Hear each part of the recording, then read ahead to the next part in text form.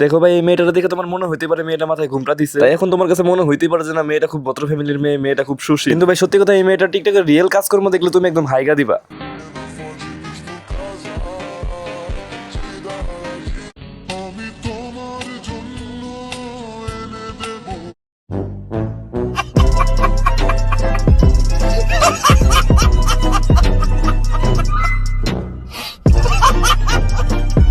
So hey guys, welcome back. I hope কি guys তোমরা আজকের ভিডিও টপিক একদম ক্লিয়ার হয়ে গেছো। তো গাইস আজকের ভিডিওতে আমি যে মেয়েটাকে নিয়ে কথা বলতেছি, এই মেয়ের ভিডিও হয়তো তোমরা টিকটকে অনেকেই অলরেডি দেখে ফেলছো। এখন এই মেয়েটা অনেকের কাছে তার পছন্দের মানুষ হতে পারে, কিংবা অনেকের কাছে হতে পারে তার ক্রাশ, আবার অনেকের কাছে এটা দেখে মাগিও মনে হতে পারে। এখন গাইস মেনলি যার রুচি যেরকম তার কাছে সেরকমই লাগতে পারে। এখন গাইস আমি হয়তো চাইলেই পারবো না কারো রুচি নিয়ে কথা বলতে, কিন্তু আমি চাইলে এখন এই মেয়েটা নিয়ে কথা বলতে পারি। এখন গাইস তোমরা যারা মনে করতেছো আজকের ভিডিওতে আমি খুব হাই হয়ে যাবো বা মেয়েটার কোনো কারণ ছাড়া আমি গালাগালি করবো, তাহলে ভাই তোমার ধারণা একেবারেই ভুল। কারণ ভাই তুমি একটা সাধারণ মেয়েকে যদি বুঝায় বা গালাগালি করেও যদি তারে ভালো কথা বলো, তাহলে সেই মেয়েটা বুঝতে পারবে যে না আমাকে যা বলা হয়েছে ভালোর জন্যই বলা হয়েছে, তাহলে আমার নিচে থেকে ভালো হওয়া উচিত। এখন গাইস তুমি যদি এই সেম কাজটা যদি একটা মাগির সাথে করো, মানে একটা মাগিকে যদি তুমি বোঝানোর চেষ্টা করো যে তুই টিকটকে এগুলো করতেছিস, এগুলো তো মোটেও ঠিক না, তাহলে কিন্তু ভাই ওই মাগিটা তোমার কথার গুরুত্ব জীবনে বুঝতে পারবে। কারণ ভাই ওই মেয়েটা সবকিছু নিজে থেকে বুঝে শুনে তারপরেই করতেছে। এখন তুমি যদি মেয়েটাকে সারাদিন গালাগালি কেন, তুমি যদি সারাদিন যদি মেয়েটাকে বুঝাও বা বাইরাও, তাও তো ওই মেয়েটা বুঝবো না যে না তুমি আসলে কি বলতে চাইতেছো। কারণ এই মেয়েটার মাগিগিরি করা হয়ে গেছে একটা পেশা বা পেশন বলতে পারো। তো গাইস তুমি যদি একটা সাধারণ মেয়েকে বুঝাও তাহলে সে বুঝতে পারবে, কিন্তু তুমি যদি একটা মাগিকে বোঝানোর চেষ্টা করো তাহলে সে জীবনে বুঝতে পারবে না।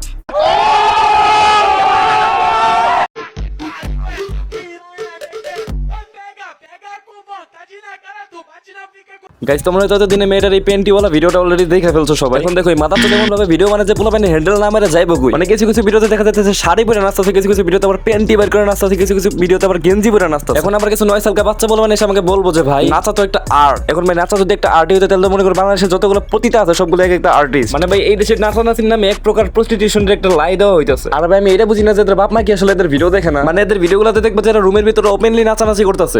আমার প্রশ্ন এদের ফ্যামিলি মেম্বার আসলে থাকে কোথায়? মানে নিজের মেয়ে রুমের ভিতরে এইভাবে প্যান্টি বের করে নাচানাচি করতেছে, অথচ এদের ফ্যামিলি মেম্বার এদেরকে কিছুই বলে না। যদি ভাই আসলে কিছু বলতোই তাহলে তো ভাই এইভাবে একটা মেয়ে সাহস পেতো না নিজের ঘরের ভিতরে এইভাবে প্যান্টি বের করে ভিডিও বানানোর জন্য। এখন দেখো টিকটকে তুমি এই মেয়েটার ছবিগুলো দেখলে দেখতে পারবা যে মেয়েটা এতটা স্টাইল দেখায় যে তোমার মনে হবে এই মেয়েটা বাংলাদেশে জন্মগ্রহণ করে না, এই মেয়েটা ইউরোপে বড় হয়েছে। মানে এদের মতো মেয়েগুলো ইউরোপের কালচার ফলো করতে করতে মেয়েদের এমন একটা অবস্থা গেছে যে বর্তমানে তুমি কোনো কুমারী বা ভার্জিন মেয়ে পাইবাই না উন্নত বাংলাদেশ। এখন ভাই তুমি এদের কাজকর্ম দেখে বলতে পারো যে না এরা আসলে ফাটা কন্ডমের ফলাফল, কিন্তু বিষয়টা একেবারে এরকম না। এদের বাপ মা যদি কন্ডম কিনতে পারতো তো আমি মানতে পারতাম যে না কন্ডম কিনছিল পরবর্তীতে ফাইটে গেছিল, কিন্তু এদের বাপ মা হলো মেইনলি ফকিন্নির বাচ্চা যারা বলে। মানে এদের আসলে কন্ডম কেনার কোনো প্রকার টাকা পয়সা ছিল না, যার জন্য মানে এমনি চুলে এমনি মাল ফেলাই দিচ্ছে। তারপরে রেজাল্ট তো তোমরা নিজেরাই দেখতে পারতাছো।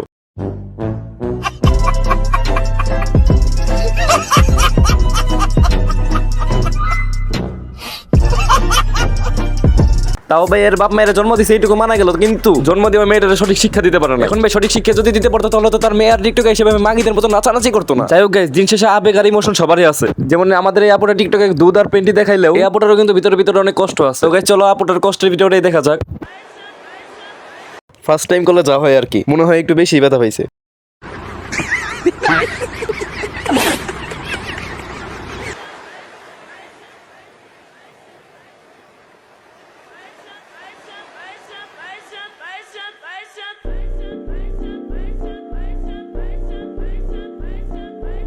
এখন দেখো গাইস আমরা এই ভিডিওটা দেখে কি বুঝতে পারলাম, আপুটার মনে অনেক কষ্ট, মানে একেবারে অনেক কষ্ট। মানে হইতেই পারে আপু যেহেতু এত কালার কালা, মানে দেখতে পাচ্ছ মেকআপ ছাড়া আপুরে কতটা কালা দেখা যায়। যদিও আপুটা একটু ফর্সা আছে, তারপরে তার শাহবাগীদের থেকে কোনো অংশই কম লাগে না। তারপরে মেকআপ করে তো দেখা যাচ্ছে একদম রাশিয়ান নায়িকার মতো লাগে তার। তো যাই হোক গাইস টপিক তো মূলত এটা না, টপিকটা হচ্ছে মূলত আপুর মনে এত কষ্ট কিসের। আসলে দেখো গাইস এই আপুটার কিন্তু মেকআপ ছাড়া কেউ উঁচু দেও না। এখন গাইস আমি আসলে তোমাদের মেইন ঘটনাটা আসলে আমি বলি যে আপুটার মনে এত কষ্ট কিসের। মানে আমাদের এই আপুটার কি একসময় একটা ছেলের সাথে প্রেম করতো, তো প্রেম তো ভালোই চলতেছিল। আমাদের এই আপুটার কি রেগুলার মানে আটা ময়দা লাগায় তারপরে ছেলেটার সাথে দেখা করতে যেত। পরে একদিন এই আপুটার কি তার বয়ফ্রেন্ডের সাথে যখন একটা রেস্টুরেন্টে দেখা করতে যায়, যখন আর কি আমাদের আপুটা যখন আর কি মুখ দিতে যায় ওয়াশরুমে, তখন তার শাহবাগীদের মতো আসল চেহারাটা তার বয়ফ্রেন্ড দেখে ফেলে।